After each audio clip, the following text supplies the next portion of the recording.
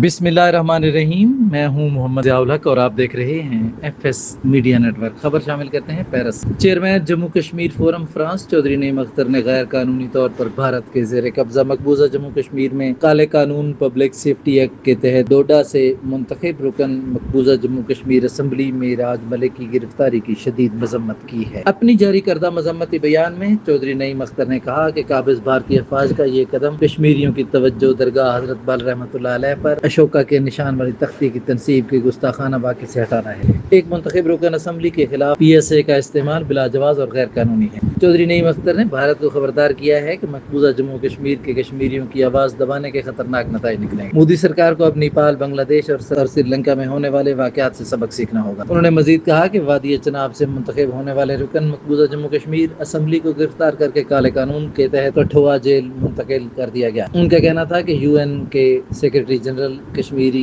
नजरबंद हुर्रियत क़यादत और मकबूजा जम्मू कश्मीर की आज़ादी के लिए अपना किरदार अदा करें। भारतीय गुजरात का कसाब नरेंद्र मोदी कश्मीरियों का कातिल है। मकबूजा जम्मू कश्मीर के कश्मीरियों की कामयाबी नविश तय दीवार है। इंशाअल्लाह मकबूजा जम्मू कश्मीर में बहुत जल्द आज़ादी का सूरज तुलू होगा और तहरीक आज़ादी कश्मीर कामयाब होगी। सब्सक्राइब कीजिए FS मीडिया नेटवर्क और देखते रहिए ताज़ा तरीन तबसरे और खबरें ज़िया के साथ।